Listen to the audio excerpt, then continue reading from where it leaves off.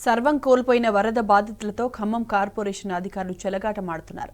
Survey సక్రమంగా చేపట్టక అనేక మందికి అన్యాయం చేసిన అధికారులు మళ్లీ దరఖాస్తు చేసుకోవాలని ప్రకటించి చేతులు దులుపుకున్నారు.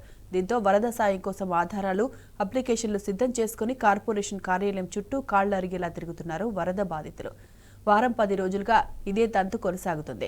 దరఖాస్తు చేసుకోవడం తప్ప తమకు ఒరిగిన ప్రయోజనం ఏమీ లేదని బాధితులు వాపోతున్నారు. అసలు మీ డివిజన్లో వరదలే రాలేదంటూ కార్యాలయం చుట్టూ తిప్పించుకుంటున్నారని మండిపడుతున్నారు.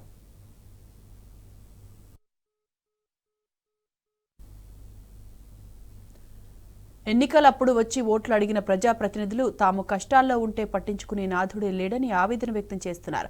తాము వరదల్లో సర్వం కోల్పోయామని తమ దగ్గర ఉన్న ఆధారాలతో దరఖాస్తు చేసుకున్నా కనీసం ఏ ఒక్క అధికారి వచ్చి కూడా తనిఖీలు చేయడం లేదని ఆరోపిస్తున్నారు.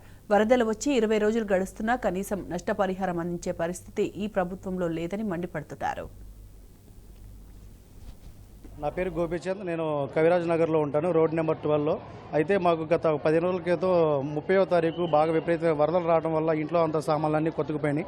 దాదాపుగా ఒక 50,000 రూపాయలు సరికంతా పోయింది. ఫ్రిడ్జ్ అయితేంది, వాషింగ్ మిషన్ అయితేంది, అన్నీ అయిపోయిన తర్వాత ఒకరోజు ఆగిన తర్వాత మళ్ళీ కడుక్కున్న తర్వాత మళ్ళీ వరద వచ్చింది, మళ్ళీ అట్లనే అయిపోయింది. దాదాపుగా ఒక 4 సార్లు ఎంక్వైరీకి వచ్చారు. మొత్తం ప్రతి ఒక్కటి ఫోటోలు తీసుకున్నారు, రాసుకున్నారు. ఇంటి మొత్తం ఎంతమంది ఉంటున్నారు, ఏమేమి పోయినాయి, అకౌంట్ నెంబర్లు అన్నీ తీసుకున్నారు. దాదాపుగా 4 వచ్చారు. 4 బృందాలకు వచ్చి ఎంక్వైరీ చేశారు.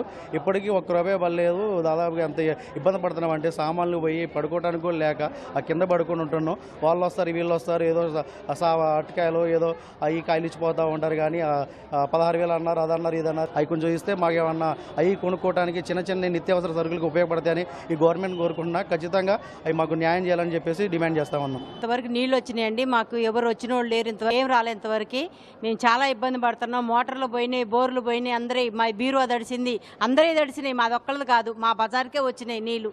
బాగా అన్ని ఇబ్బంది అవుతున్నాయండి. మాకు 2 రోజులు కరెంటు లేదు, 6 అడుగులు నీళ్ళు వచ్చినాయి. ఫోటోలు కూడా తెచ్చాం సార్, మీకు మా దగ్గర ఉన్నాయి అన్ని ఆధారాలు. మాకు ఇంతవరకు వచ్చిన వాళ్ళే లేరు, ఏమైనా చూసిన వాళ్ళు లేరు. మాకు ఇబ్బంది అవుతుందండి. ఆడవాళ్ళం తిరిగి ఇబ్బంది అయింది ఇప్పటివరకు కూడా. దయచేసి మాకేదో ఒకటి ఇప్పించగలరు, మమ్మల్ని ఆదుకోగలరు గవర్నమెంట్. ముఖ్యమంత్రి గారికి మేము ఈ విజ్ఞప్తి చేస్తున్నాం. మేము అది సార్. నా పేరు శివకోటి శ్రీదేవి అండి. 36 డివిజన్ నుంచి వచ్చినాం మేము. మాకు నీళ్ళు వచ్చిన దగ్గర నుంచి ఇంతవరకు వచ్చిన వాళ్ళే లేరు. మాకు ఇంతవరకు అప్లికేషన్ పెట్టుకుంటే ఈ మున్సిపల్ ఆఫీస్లో మా దగ్గర అప్లికేషన్ కూడా తీసుకోవట్లే. అసలు మీ డివిజన్లో మాకు రాలేదంటారు. మాకు వచ్చినాయని మేము చెప్తున్నాం. ప్రూఫ్స్ కూడా ఉన్నాయి మా దగ్గర. కనీసం ఎవరైనా పట్టించుకోవట్లేదు. ఏ ఫ్లోర్లోకి పోయినా కానీ అక్కడ పోయి ఇక్కడ పోయి చెబుతున్నారు, కానీ ఒక్కళ్ళు కూడా పట్టించుకోవట్లేదు.